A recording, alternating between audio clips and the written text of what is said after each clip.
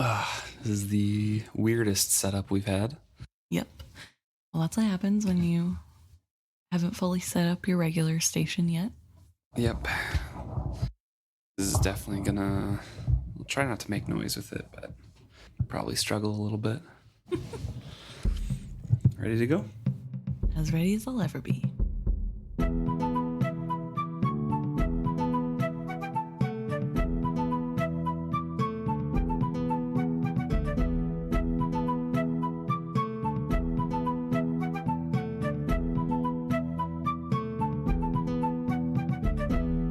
And welcome back to another episode of Is Fitz Happy? I'm Luke. And I'm Emma. This week we're discussing Chapter 1 of Ship of Magic, of Priests and Pirates. Exciting stuff. Pirates. Yeah, and it doesn't seem that there are epigraphs in this series, so we'll dive right into the chapter. Yeah. And it's about Kennit. We open up with one of the most notorious characters in this book. The most evil of villains, maybe? Maybe, yeah, possibly. Although some of the whites have maybe that unlock. I don't know. That's fair. That's fair. I feel like he at least, I don't know. He has a backstory that explains it, whereas the whites don't seem to have Right. They're just kind of greedy. the excuse. Anyways, Kennit is walking on Other Island. He's going to the Treasure Beach, and he's here with Genghis, another one of his pirates. Yes. His crew. And he's describing a little bit of what's happening, how he left the Marietta, his ship, in the harbor or in the bay, the rocky cove on the other side of the island. They have to walk through this rainforest section to get to a beach. Right. And we get the impression already that Kennit is someone who thinks highly of himself. One of the descriptions says that even to Kennit's iron nerves, it was like stepping into some creature's half-open mouth. So there's a lot of descriptors that go along where you can tell that Kennit is a character who thinks that he is the best of the best and everyone else is below him. Yep, 100%. There's some more description of what is happening in the story at the moment with Opal, the ship's boy with the small boat that they left, that they sailed from the Marietta to this island because it's too dangerous to beach it. Otherwise, they would probably sink their boat. Or sink their ship, excuse me. Right, which I think is pretty regular for ships in places that don't have docks. Yes. Usually the ship stays pretty far out and then a smaller boat gets rowed to shore. At least in media, for sure. I guess I've never been on or ran a boat. Yes. It also describes in setting this scene up some of the hazards of the island. It says the hazards of visiting this island were legendary. It was not just the hostility of the best anchorage on the island, nor the odd accidents known to befall ships and visitors. The whole of the island was enshrouded in the peculiar magic of the others. Capital O. Capital O, yes. And we know these others are serpents who had too close of contact with humans before they hatched. Technically, the dragons who made them had too close of contact. Oh, is it? Okay. Yes. It's their children are deformed, much in the same way that human children are deformed with too close contact of the eggs of the dragons. Yes. So they're described later on, but it's very, Kennit describes them as kind of frog or fish-like. Yeah. And I'm just picturing serpents, serpent faces, kind of. Weird. I do not picture that at all. I'm picturing like Monster of the Blue Lagoon or like... Yeah, that's, some Scooby-Doo kind of thing. Or even Kim Possible. There's like a fish boy creature in one of those episodes. Ooh.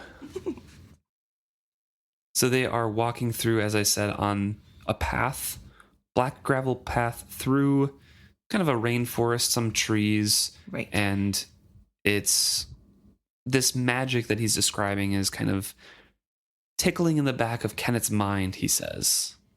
It also says that the black gravel is miraculously clean of fallen leaves or intruding plant life, which I wanted to point out because... Black gravel? Yes. Clean of all things. It kind of sounds like it might be the gravel version of a skill road. Yeah. And whether that is because of time or design, we don't know. But I'm pretty sure this is a skill road, technically. Yeah, I would think so too, because it also says, there's, I don't know, there is magic around here, and it's kind of hard to explain besides skill suggestions. Right. From what we know, at least in the world. Because it's saying, the sense of the plants allure men off the path and things like this, and it feels much more like suggestions in your mind rather than magic of plants. Right. Right.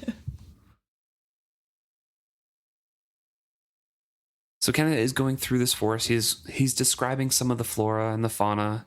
There are bright orange spiders the size of a baby's fist hanging and blocking the path a little bit, and they have to duck underneath them. And there's these interesting, plants and trees off on the sides, but they are just continuing to walk through them. And this area is known to travelers as the Other's Realm.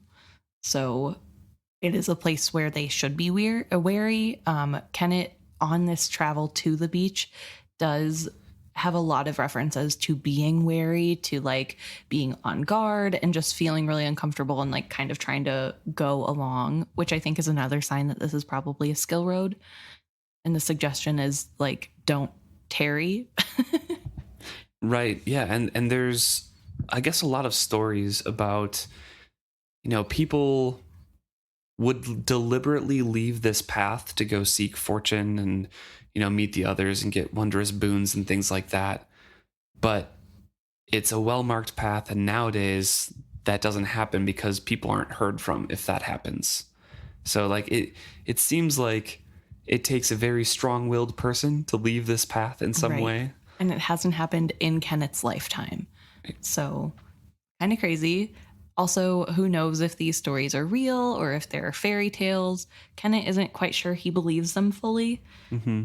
But he's not there to, follow through with those tales either. He's there to see the end of that path, which leads to the beach. Yes. I think I just want to say that one of the most interesting facets of Kennit to me personally is his kind of nonchalance at the idea of magic. His character to me almost feels like he doesn't really believe in magic. He believes in luck. He believes in his own luck. But I just get the vibe every time I read it that even though he like has literally seen magic in his life, he seems to think it's all like some elaborate ruse someone is pulling, and like magic isn't really real. He has very strong self-delusion tendencies, whether he knows he's deluding himself or not, but like to pretend and act towards everyone else that he is supremely confident and knows exactly what's happening. He describes himself in here that he's always wearing his smile, so he always seems like he can't be surprised to everybody else. Right. So I feel like he's kind of taken that to heart and just kind of, oh, magic? Pff, not real. Like I expect something like this. Right. But he also spends like a fortune on a wizard wood charm, and yeah, things like that. So it's, I don't know, it just is a really interesting thing that I think I personally will be looking for as we go on, because I noticed it a lot in this chapter of like dismissal of the validity of like a fortune coming from these people, and that like he doesn't truly believe in it. He just wants it so that other people believe in him. And I don't know, I just find that really interesting as a person who lives in a magic society to like kind of brush aside magic. He also really takes that fortune to heart, though. Like he really thinks like, oh, then I am going to succeed since it's coming from the other's mouth. But he also, I agree, it's very contradictory in how he accepts it. I don't know, it's just he's such an interesting character, even though he is vile. Still has very interesting traits, as do all of Hobb's villains. True. And so he is walking to this beach, and it's the other side of the island. It's this very, very small island. And he says that legend foretold that any ship that anchored here had only the netherworld at its next port of call. Kennit had found no record of any ship that had dared challenge that rumor. If any had, its boldness had gone to hell with it. This is, as we find out later on, a beach that has a sunken portal stone Yes. into it. And I'm wondering if that's like part of the rumor. Like people like go underwater, they disappear and they just don't come back. And there's no Right. record of them. I don't know if it's that or even just obviously since there is a skill pillar in the water, there's probably a village similar to Kelsingra in the water. And I wonder if that just destroys the ships and it's probably harder to see. And it's not like normal like sea life that you can avoid. It's a town that has been like covered with water. So, Right, yeah. And if you're not expecting an Elderling city. Yeah, buildings that cannot be destroyed super easily, it probably does like, I don't know, mess with ships. But it is really interesting because it is a very open beach that they're now at. Yeah, definitely. And the goal of this is to walk along and collect the treasures that are there, present them at the end to the other, and have your fortune told, I guess. So he is here to walk along the beach and collect some of that.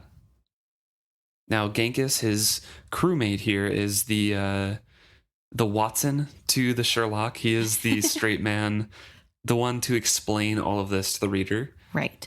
Because Kennit, of course, knows all of this. So Genghis is the one telling stories of people that he heard of before. Of, this person I knew walked along the beach. They gathered this certain thing. They brought it to the other. They paid the other whatever, got their fortune told, left the treasure here on the beach, and then said it was a wondrous experience after they left. Right. So we know what's expected.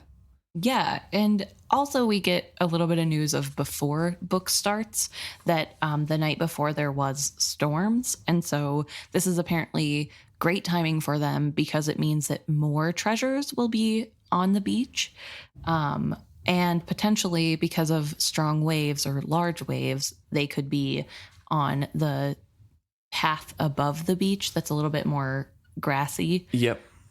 So Kennit immediately instructs Genghis to take the grassy route. He will walk the beach. Yeah, and then also for him to bring anything that he finds up there that is a treasure to Kennit. The legend seems to say that this is kind of a personal path. You grab the treasures that you find. Yes. And then you get your own fortunes at the end. And this is Kennit, his captain, saying, bring anything you find to me. Right. I will say that Genghis tells a story about his uncle's friend who went and talks about what he found on the beach. And supposedly he found a little wooden box that was shiny and black and all painted with flowers. Inside was a little glass statue of a woman with butterfly wings. But not transparent glass, no. The color of the wings were swirled right in the glass as they were. So it just like gives you a really good example of the fine things that show up on this. And I think as rereaders, we can tell that this is obviously Elderling make. And like we said before, there is a sunken Elderling city nearby. Yes. Or at least assume good evidence of it. Yeah. Yes. Considering there's a skill pillar.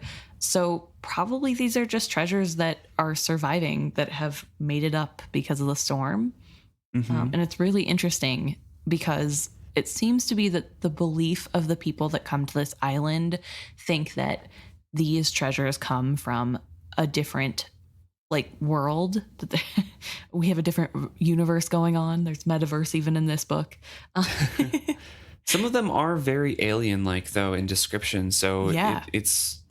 It's quite interesting if it's just could be explained away with Elderlings or if there's more. So leaves a little bit of a mystery here. Yeah. But yeah, I think it's definitely interesting to see this. I think something that I was thinking on this reread specifically is if this is Elderling, why wouldn't other people recognize this as Elderling make? Because they do plunder Elderling cities and sell things as traders. And Kennit comes from a trading family. So you would think they would recognize Elderling make? I don't know if this is more pirate known though. Or is this everyone knows it on Bingtown that there is this other island? You know, is this hidden knowledge that there is this treasure beach here? Right. That's a good point. But I guess I was also thinking that potentially it could just be like different cultures make different things. Like there are native cultures that have gone extinct that we find remnants of. And the stuff like even just stuff in Egypt, which I guess isn't necessarily native culture, but like stuff we find in Egypt is so different than what we find in like the Mayan temple area in Mexico. Mm-hmm. I guess maybe it's just not recognizable because it doesn't look like the stuff that's found in different Green worlds. Yeah. And so Kennit is walking along this beach as Genghis is trying to tell him this anecdote, and Kennit finds his first thing, which is a locket. He picks it up and nimbly works the catch. They pop open, and there is a portrait of a young woman still smiling up at him, her eyes both merry and shyly rebuking. Kennit merely grunts, puts it away into his waistcoat pocket, while Genghis is like, they won't let you keep that, you know. They don't let you keep anything from Treasure Beach. Don't they? Kennit queried in return. He put a twist of amusement in his voice to watch Genghis puzzle over whether it was self-mockery or a threat. Genghis shifted his weight surreptitiously to put his face out of reach of his captain's fist. "It's what they all say, sir," he replied hesitantly, "that no one takes home what they find on Treasure Beach. I know for sure my uncle's friend didn't. After the other looked at what he'd found and told his fortune from it, he followed the other down the beach to this rock cliff. Probably that one." And then he describes that he put the treasure into an alcove and left the island. So I wanted to make a quick mention of Kennit purposely put a twist of amusement in his voice to throw Genghis off balance. Yes. I read this like closely now, like looking back at it, I was just kind of like reading through it, like, oh yeah, he's putting, you know, right, purposefully putting some emotion in his words, but now it's just like, I don't know if this is the right word, but so sociopathic of like, I don't really know if he understands how emotions play into conversation and is just doing it to manipulate everybody as much as possible. That's interesting. I saw it as more how calculating he is. Right. I mean, that's very similar. Yeah, I suppose. But I think he's so aware of the image he is portraying. Whether or not he's accurate, we don't really know. It seems to be based on how people react to him. He seems very aware of what each little thing will do for each situation. And I think that's like a really interesting trait of his. Yeah. That he's hyper aware of the effect of those emotions and little inflections can have. Right. He just is so meticulous in puppeteering everyone around him. Yeah. Even later, slightly later on, Genghis was continuing and kind of ranting about the story of his uncle's friend. And it says in the next paragraph, Kennit cleared his throat. The single noise conveyed more of contempt and disdain than most men could have fitted into an entire stream of abuse. Genghis looked aside and down from it. I think this intro to Kennit is so interesting because he is so unlikable to me personally that it's like such a strange start. He's unlikable if you just view him with his interactions, thinking about or talking to his crew, right? Right. But a lot of this chapter is him talking like an inner monologue or to himself. And he is so self-assured and confident and, you know, swaggery about everything. I don't know. I find him so needy and like, like he's trying to convince himself he's self-assured. Yeah. I don't know. I think what I dislike most about reading Kennit is, first of all, how mean he is to everyone around him, but also how needy he is. I don't know. I'm trying to like grasp for another word, but I mean, deep down, he's an extremely hurt person. So yeah, right. He's covering up with a lot of years of right. It's definitely learned behavior, but yeah, I don't know. Just a thing that I think when I read where that makes it less enjoyable. It makes him less enjoyable of a person. So I think it's a very bold move to start out with him as our first character. After coming from Fitz, this is like completely different. The exact opposite of Fitz. Yeah. And so Genghis and Kennit split up. Genghis up top, as you said, Emma, and he's the first one to find the next thing and runs down to show Captain Kennit what he found. Kennit remarks that he's a little surprised that Genghis actually showed him his find, because he expected Genghis to just pretend like he didn't find anything. And yeah, he expected to shake him down before they got back to the boat, actually. Right. It says, a brief frown creased Kennit's brow as he watched Genghis advancing towards him. Although the old sailor was prone to fawn on him, he was no more inclined to share booty than any other man of his trade. Kennit had not truly expected Genghis willingly to bring to him anything he found on the grassy bank. In fact, he had been rather anticipating divesting the man of his trove at the end of their stroll. To have Genghis hastening toward him, his face beaming as if he were a country yokel bringing him his beloved milkmaid a posy, was positively unsettling. So he judged somebody incorrectly, and he's very, very unsettled. Yes. Nevertheless, Kennit retained his customary sardonic smile, not allowing his face to betray his thoughts. It was a carefully rehearsed posture that suggested the languid grace of a hunting cat. It was not just that his greater height allowed him to look down on the seamen. By capturing his face in a pose of amusement, he suggested to his followers that they were incapable of surprising him. He wished his crew to believe that he could anticipate not only their every move, but their thoughts too.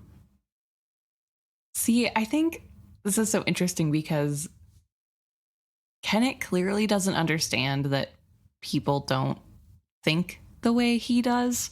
Right. I think Kennit goes through life expecting that everyone has the same inner monologue as he does. Everybody's hyper aware of how they're presenting themselves. But he's just better. Yeah, he's just better at it. And like they are all going to scheme too. There's no way anybody's truly loyal to him, which is really sad because like if you always think that way about everyone, you're never going to have a real meaningful friendship or relationship. There's just no room for trust in that way of thinking. But also just knowing that like somebody doing something he asked of them is surprising to him. I don't know. I kind of feel bad for the guy. Like it's also an interesting dichotomy of Kennit though, because yes, he has these expectations and these thoughts of manipulations. Right. And we see that like, yeah, he's not really judging accurately, but at the same time it works. True. Like it actually works, and it maybe not for what he thinks he's doing, but he is charismatic. He is, yeah, a fearless leader. He does put fear into his crew so they don't mutiny. You know, they do believe in him and his luck and everything like that. It's kind of wild, and that's kind of what makes him very intriguing as a character. Yeah, definitely makes me want to follow along. So he refuses to let himself act eagerly and snatch whatever it is out of Genghis's hand. He lets Genghis demonstrate it and just kind of languidly puts out his hand like, okay, now it's my turn, give it to me. And it's a little bubble of glass, an absolutely perfect sphere. The surface was not marred with so much as a scratch. The glass itself had a very faint blue cast to it, but the tint did not obscure the wonder within. 3 tiny figurines, garbed in motley with painted faces, were fixed to the tiny stage and somehow linked to one another, so that when Genghis shifted the ball in his hands, it sent them off into a series of actions. One pirouetted on his toes, while the next did a series of flips over a bar. The third bobbed his head in time to their actions, as if all 3 heard and responded to a merry tune trapped inside the ball with them. It was something that, Kennit has never seen in his life before, such cunning, what am I trying to say? Cunning smith? Craftsmanship. Craftsmanship. There we go. Blanking on the word here. And it's something that, again, he pockets. Right.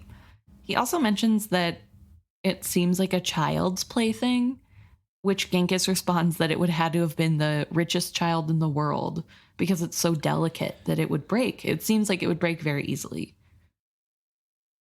And we again see Kennit here kind of just ripping apart anything Genghis says and refuting it and immediately saying, well, it survived the bobbing in the sea, so it's fine.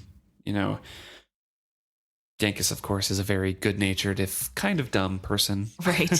He also does try to refute the idea that maybe it's stronger than it looks by saying that that's just how the magic of this beach works. Yes. And Kennit replies, magic. Kennit permitted himself a slightly wider smile as he placed the orb in the roomy pocket of his indigo jacket. So you believe it is magic that sweeps such trinkets up on this shore, do you? What else, Captain? By all rights, that should have been smashed to bits, or at least scoured by the sands, yet it looks as if it just come out of a jeweler's shop. Magic?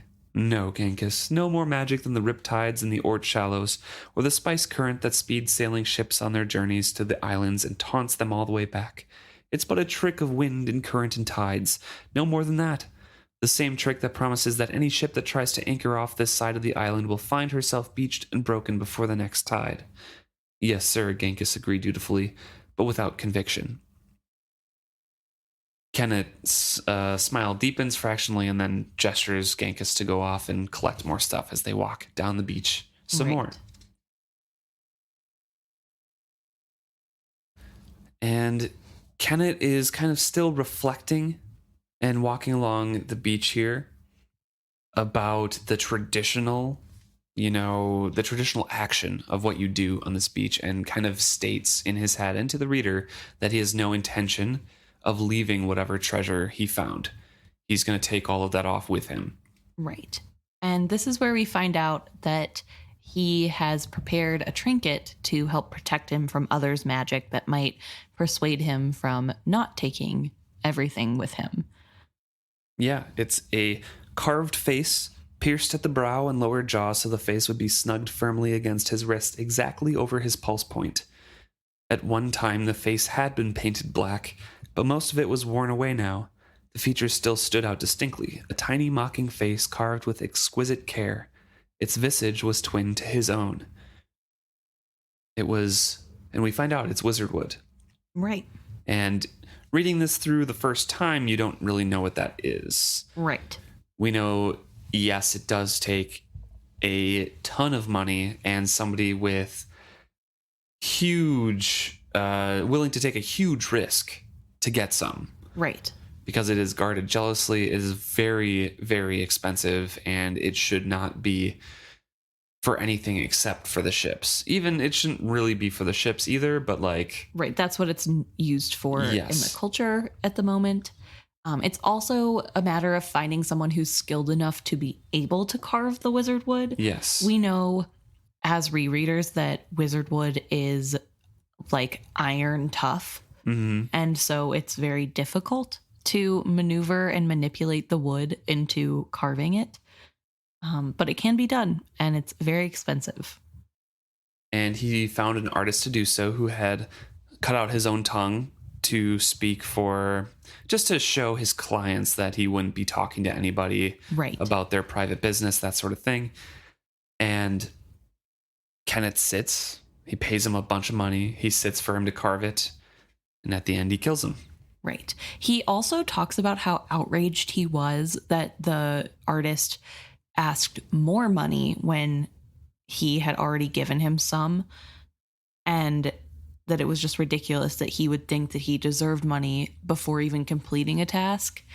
And that kind of makes Kennit feel more justified in the killing of this man. Right, yeah. He always has to have that like extra reason. Right. But he also mentions that it was good sense to kill him to keep it secret, the charm secret. He doesn't want anybody to know that Kennit needs extra help, you know. It's all his luck. Yeah, and if word had gotten out, it would ruin his own reputation of not believing in the magic or not trusting his own luck. Mm-hmm.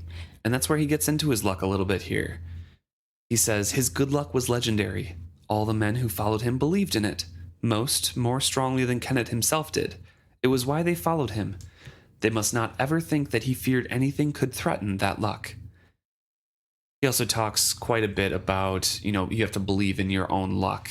Right. You have to trust in it to have it work for you and not abandon you. Yeah. So sometimes you just kind of have to take the chance. Yeah, it's really interesting because Kennit kind of is really lucky. Like he is, yeah. He does. And I don't know if that's actual luck or if it's just his intuition. He talks a little bit about the reason he's here now. It's been a year since he had the carving done. And it still has not activated or woken up or anything like that. Right, like it should have, but he just felt in his gut that now was the time and that he had to go now and it would be okay. And part of me wonders if it's like a type of magic that he has, like, I don't, like a hedge magic or something. He can like tell the future in some weird way. Or maybe he just is somebody who has really good intuition. I don't know. Yeah, I think he is, because like he is a leader. He makes the right decisions most often than not. Yeah, and even the ones where it like doesn't go the way he thought it would, it still ends up in his favor. It's crazy. I don't know. It's just such an interesting thought. Mm-hmm, definitely. He sets the artist firmly out of his mind and continues to look at the beach. He's not going to dwell on the past too much. He's ignoring all of the, the driftwood, the crabs, the seaweed, all of that. And he's looking for wreckage and jetsam only, the possibility of treasures.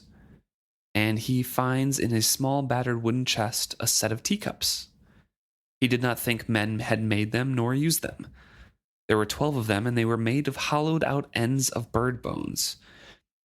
Tiny blue pictures had been painted on them, the lines so fine that it looked as if the brush had been a single hair. The cups were well used. The blue pictures were faded beyond recognition of their original form, and the carved bone handles were worn thin with use. He tucked the small case in the crook of his arm and walked on.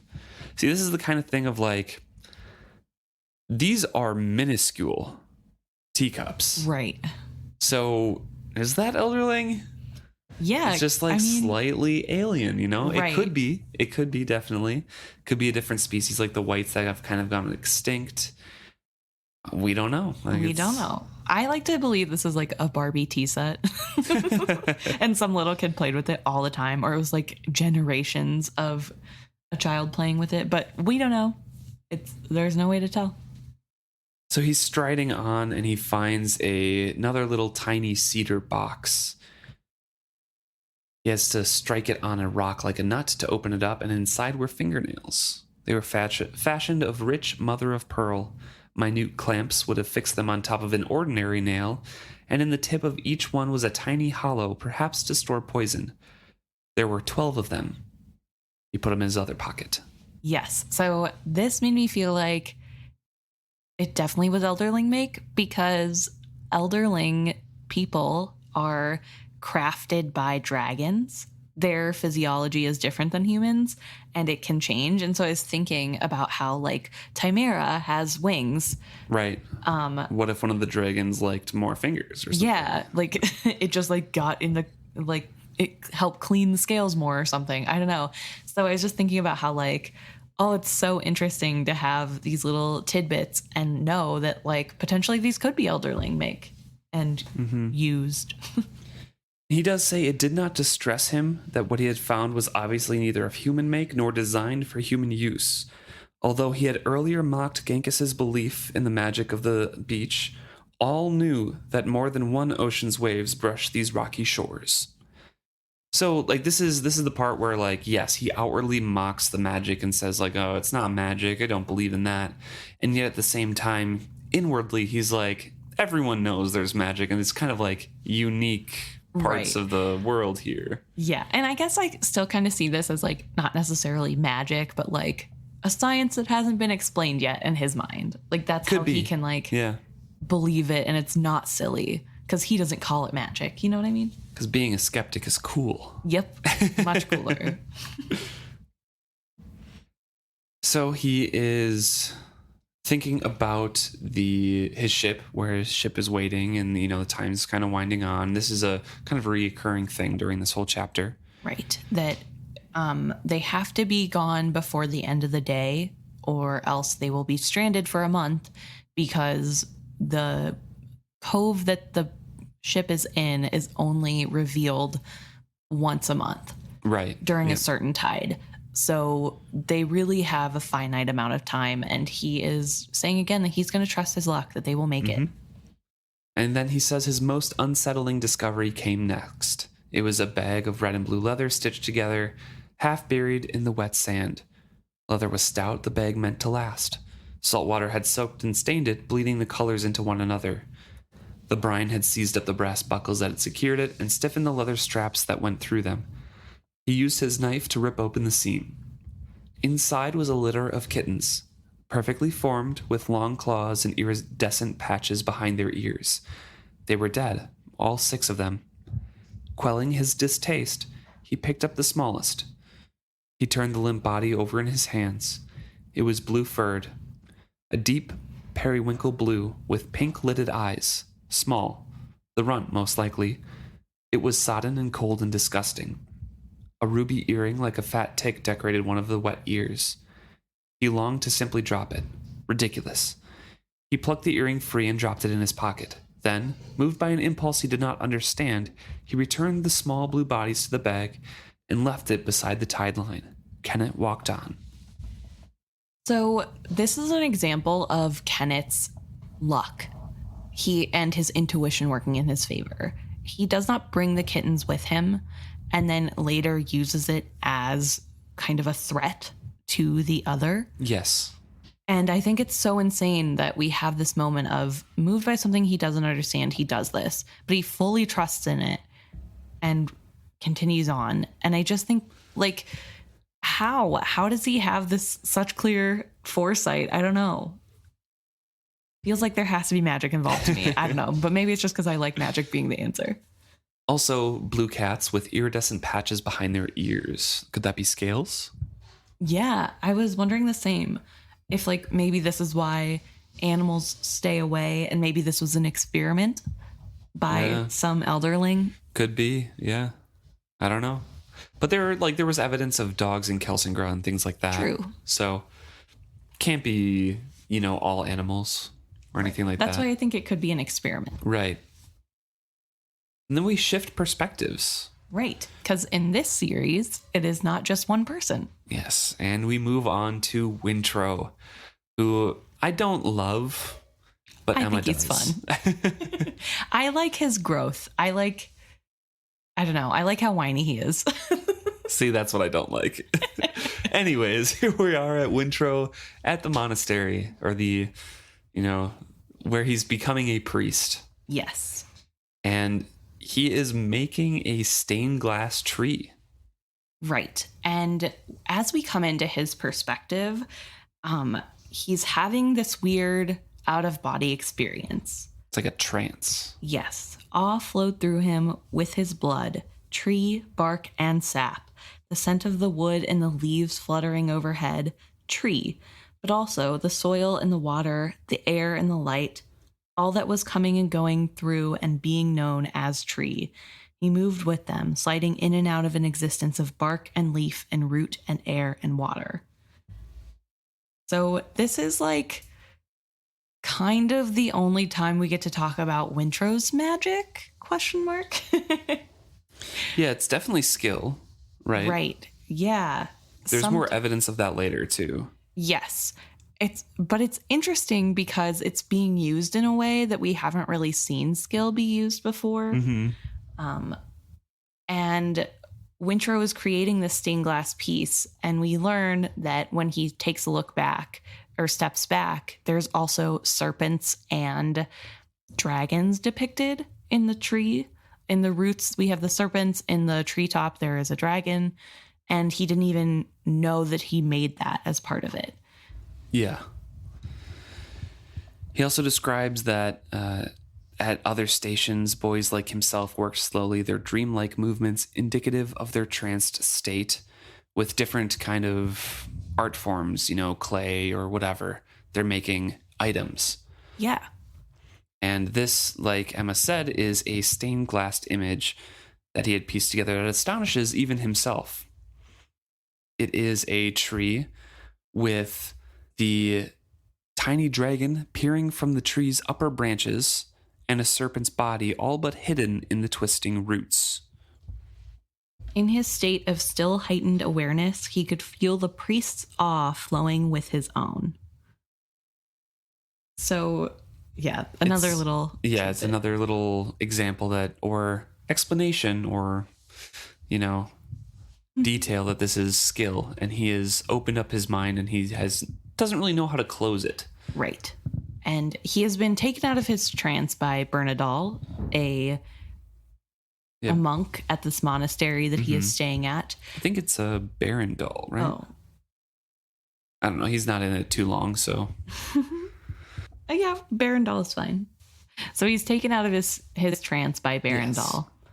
And Barandal kind of rebukes him because someone of his age should not be in the trance for this long, that it can be dangerous. Yep, he needs to learn to pace himself a bit and have somebody else wake him up at certain times. Right, which I think is another really interesting thing because we're getting kind of a peek at how a different culture is teaching skilling. And whether or not they know this is the same magic as the Farseer magic or not. Oh, no, it's connection to Saw or whatever they'll describe it as. But it is really interesting to see like a different approach entirely, that this is something used by monasteries and that they make art with it. To sell it off later. Yeah. Barandal also says, talent such as you possess is too precious to allow you to burn it out. So again, like a different teaching method, like don't skill too long, you'll burn yourself out. And right, which we know that people who use too much skill become so addicted that they can be burnt out with the skill. Right. So it is another little thing that like potentially this is skill use. We get his mentor asking him again, the dragon and the serpent have appeared. You still don't know where they came from. And Wintrow's like, no idea. I didn't even know I was putting him in there. So we get a kind of a history here that they've been popping up in Wintrow's works for a little bit and in his dreams and things like that. So serpents and dragons. Right.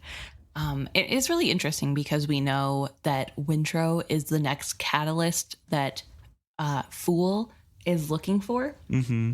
And so knowing that he's the catalyst to help with the serpents turning into dragons, that he is having these moments in the skill stream where he is seeing both.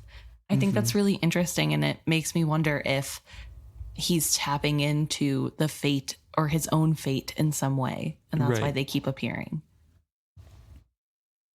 That's also an interesting conversation that we'll talk about later, more of Amber attaching herself to Althea versus Wintrow. Yeah, because we know that something that Amber struggles with too. Yeah, and we know that they look pretty similar, so. Yeah. So they walk out, and I want to read this small paragraph here, just more backing up of this is skill. Right. Slowly, Wintrow's senses lost their edge and faded to a normal level.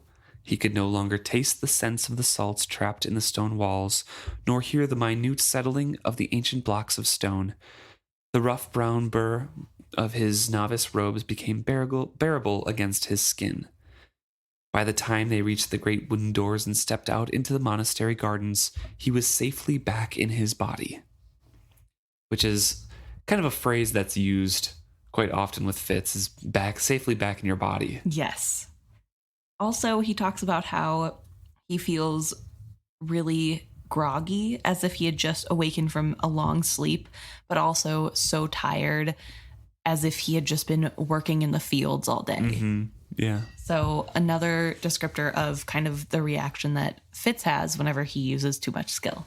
And they're heading towards the tool shed afterwards, and he kind of becomes anxious about actually working the rest of the day. And they have a little discussion about philosophy and being anxious for the future and things like that. And it shows that Wintrow is progressing very quickly on his path to priesthood. He is working through Saw's contradictions, which seem to be rules or axioms that you have to kind of accept within yourself to live with Saw's teachings. Right. And to also kind of work through the true meaning of, to see how they could possibly balance the contradictions. Yep. Like this one is the 27th contradiction. One must plan for the future and anticipate the future without fearing the future. And Barandal observes that 13 years old is very young to have reached the 27th. Wintrow asks what he's on, and he says the 33rd, the same one he's been on for the last 2 years. So we get that this is a way to advance in the priesthood in some way as well. Right. And it's kind of a basis of their philosophy is, these contradictions are in life, and you kind of have to accept them and work through them and learn to live with them based on your own interpretations. Right. It also seems as though the idea is that Saw is clearing your mind and giving you the answer when you do find it. Yeah. So that's a really interesting take on this religion too, is that, Saw has this overreaching power of like granting you some sort of clarity. And so he has a hand in moving you along in this priesthood journey, I guess. So they do have a conversation about, what Barandal is going through as well. I feel like we don't really need to touch on that. Do you have any big topics you want to talk about with their conversation? Basically just that we see that Wintrow is kind of a know-it-all. A know-it-all, and he is very insightful as well. Yeah, truly. I mean, I kind of, in this reading, saw a lot of similarities to Kennit. I think it's why they kind of get along later. Yeah. Except there's missing the malice behind Wintrow.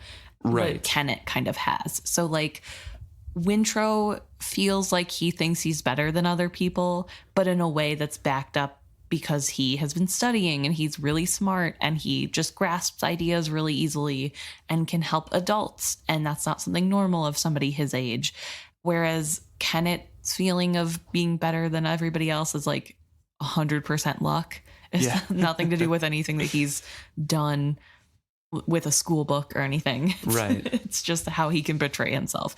So I think it's a really interesting look into Wintrow's character, and just that while he is a little bit of a know-it-all, he doesn't seem to use that maliciously. He's not like trying to hold it over anybody's head. He's not thinking he's better than Barandal, but he is helping and knowing that like, this is my role. Saw has given me the role of like clarifying things, I guess. I don't know. He's our nice little boring priest boy. But I mean, he is really insightful. He is. He's 13 and he's like puzzling through things that Barandal is having trouble with. And I think Barandal is like in his 30s. Yeah, I guess we don't know for sure, but he seems like he's early an older 30s adult. Or something. Not like, I don't know, whatever. Not a young adult, not an old person. Not middle age yet. And so Barandal gives Wintrow a look of fondness. He says, "I bless the day you were given me as a student, though in truth I often wonder who is student and who is teacher here. I shall miss you." Which, of course, sets off alarms in Wintrow's mind. Says, "Missed me," and they go into a conversation that he has to go back home because they're worried that his grandfather is dying. Right. So this is kind of upsetting to Wintrow, not because his grandfather might be dying, but because he doesn't want to leave. Yeah. He doesn't really have fond memories of his grandfather. His grandfather was kind of scary. Yeah, he says, "When I was small, he was always at sea. Scarce at times when he was home, he always terrified me. Not with cruelty, but with power. Everything about him seemed too large for the room, from his voice to his beard. Even when I was small and I overheard other folk talking about him, it was as if they spoke of a legend or a hero. I don't recall that I ever called him grandpa nor even grandfather. When he came home, he'd blow through the house like the north wind, and mostly I took shelter from his presence rather than enjoyed it. When I was dragged out before him, all I can recall was that he'd found fault with my growth. 'Why is the boy so puny?' he'd demand. 'He looks just like my boys, but half the size. Don't you feed him meat? Doesn't he eat well?' Then he would pull me near and feel my arm, as if I were being fattened for the table. I always felt ashamed of my size then, as if it were a fault. Since I was given over to the priesthood, I have seen even less of him, but my impression of him has not changed. Still, it is not my grandfather I dread, nor even keeping his death watch. It's going home, Barandal. It is so noisy." Yeah. I can relate. No, I think this is really interesting that he feels this way about his family members and just having this sense of otherness that makes him uncomfortable and kind of want to hide. Yeah. As we get to know the rest of his family, it's interesting to see where they all fit on this spectrum of grandfather to Wintrow. Yeah, Wintrow is definitely on one end of that spectrum for sure. I think similar to Selden, actually, his younger brother. Yeah, definitely. But Selden is very changed by Tintaglia later, so it's kind of hard to tell how he would grow up. But Wintrow is a very introspective boy. He likes his time alone. He likes time to think through things. Right. And, you know, he describes his life as a Vestrit, as we learn, one of the trading families of Bingtown, which means you have wealth. Right. But you also have a lot of expectations. And being a Vestrit and a young boy of a Vestrit means you have no time to yourself. You're taking lessons. You're going to eat dinners and lunches and meeting people and all these sorts of things that he just can't stand. Right. And it kind of has a feeling of like a nerd being born into a jock family. Yeah, it does. Honestly, yeah. Yeah, the jock family doesn't understand the nerd's needs, so it's not like a great environment. And now he's in a place that caters to nerds, and he's like, I don't want to be around jocks ever again. Which I don't know. It makes me feel bad for him because I think his family does love him, and I think he just doesn't get their perspective, and he's too young to really understand that. Maybe that level of deepness of that, like people coming from a different place, just because it's not the love language that you have or the way that you show affection, it doesn't really necessarily mean that they don't love you or are not showing affection. Right. They just do it differently. And like part of growing, I think, is learning other people's expressions and how they interact with the world and how they perceive things. Yeah. And so I think that's like one of the things that is kind of sad about him being in this monastery is that he doesn't really get more boisterous people to be around to understand that, like, sure, his grandfather was being abrasive and some of the things he said hurt Wintrow's feelings, but I don't think his grandfather was coming at it from a place of like, I'm actually disappointed in my grandson. I think it was like a friendly chiding and not knowing that like, that's not how his grandson likes to be talked to. Exactly. Yeah. Wintrow isn't fully socialized and he displays that ignorance later on to Barandal as well. Barandal goes into a little anecdote of himself, like how the monastery was good for him as well. And eventually says, like, the messenger was delayed getting here. You will have to pack swiftly to set out right away if you are to reach port before your ship sails. It's a long walk. And this is where we learn that Wintrow hates traveling by sea, which is very funny considering where we all know where he ends up as like wife to Edda of the Pirate Isles. Husband too. Oh yeah. Sorry. But also, I don't know that they get married. I think he just is in love with her forever and she like tolerates him. I think they get together, don't they? No. Or maybe it's just like consort or whatever. Or... Yeah, he helps raise Kennit's son. But I don't think he's ever like with Edda. Okay. Yeah, so Wintrow learns that he has to travel by sea. But he says, but when one must go from Jamalia to Bingtown, there is no other choice. His frown deepened. Walk to port? Didn't they arrange a man and a horse for me? Do you so quickly revive to the comforts of wealth, Wintrow? Barandal chided him. When the boy hung his head abashed, he went on. No, the message said that a friend had offered you passage across, and the family had been glad to accept it. More gently, he added, I suspect that money is not so plentiful for your family as it once was. The Northern War has hurt many of the trading families, both in the goods that never came down the Buck River, and those that never were sold there. More pensively, he went on, and our young satrap does not favor Bingtown as his father and grandfathers did. They seemed to feel that those brave enough to settle the cursed shores should share generously in the treasures they found there, but not young Cosgo. It is said that he feels that they have reaped the reward of their risk-taking long enough, that the shores are well settled, and whatever curse was once there is now dispersed. He has not only sent them new taxes, but has parceled out new grants of land near Bingtown to some of his favorites. Berendal shook his head. He breaks the word of his ancestor and causes hardship for folk who have always kept their word with him. No good can come of this. And this is a very, very important couple paragraphs or paragraph of Berendal speaking, because this is the setup for a lot of the external conflict. Right. This is, one, it mentions the Northern War with the Redship Raiders and the Six Duchies. Right. How that has affected the Bingtown traders, and a lot of them have been hurt by the trade and are not as wealthy as they once were because none of that trade could happen. Right. For probably 5 years or so while it was going on. Right. At least not at the same capacity as it once was. Right, exactly. And also the new satrap, who, as a reminder to all the rereaders out there, is the leader of Jamalia, this whole area. That's what they call it.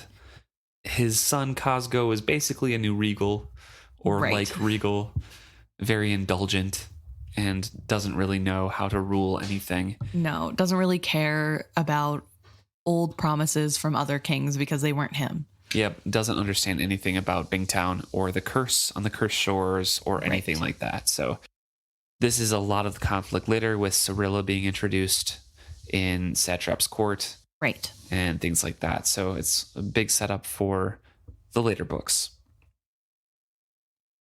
It also takes time to mention that things are changing, that this is a new sort of reality that Wintrow doesn't know about. It kind of shows his, I don't know if arrogance is quite the right word, but his need for comfort, or his being used to comfort and not even being able to imagine a reality where his family wouldn't just send a carriage without he was thinking. Very sheltered. Growing up, and without thinking about the cost that is. Mm-hmm. I'm sure he's never once thought about the cost of anything before, and it is really interesting to have him conversing with Berendal, who was a pig farmer. like whose family was poor, and so I'm sure Berendal is probably a little annoyed. Yes, but we have this 13-year-old boy who doesn't really understand what it's like to struggle. There's no struggling at the monastery, really. So it really does set up more of the conflict of this new situation that he's being thrust into that he is wildly unprepared for. Yeah, exactly. And this is where some of that ignorance that I was talking about earlier from Wintrow comes into the conversation, and Berendal kind of has to rebuke him a little bit here as well. So Wintrow says that he's going to be miserable on the ship, and Berendal's like, oh, seasick? I didn't think, you being from a trader family, that you would get seasick. And Wintrow's like, oh, no, any, rough seas can turn any man's stomach sour, but it's not that. It's the noise and the rushing about and the crowded conditions, the smell and the sailors. Good enough men in their own way, but the boy shrugged. Not like us. They haven't the time to talk about the things we speak of here, Berendal, and if they did, their thoughts would likely be as basic as that of the youngest acolyte. They live as animals do, and reason as animals. I shall feel as if I am living among beasts, through no faults of their own, he added, at seeing the young priest frown. And this is where I see some of Malta in him. Right. He's so elitist, and doesn't realize it. Yeah. And Berendal just kind of has to sit there and take a breath as if to launch into a speech, and then just reconsiders, and after a moment says, it has been 2 years since you have visited your parents' home, Wintrow. 2 years since you were last out of the monastery and about working folk. Look and listen well, and when you come back to us, tell me if you still agree with what you have just said. I charge you to remember this, for I shall.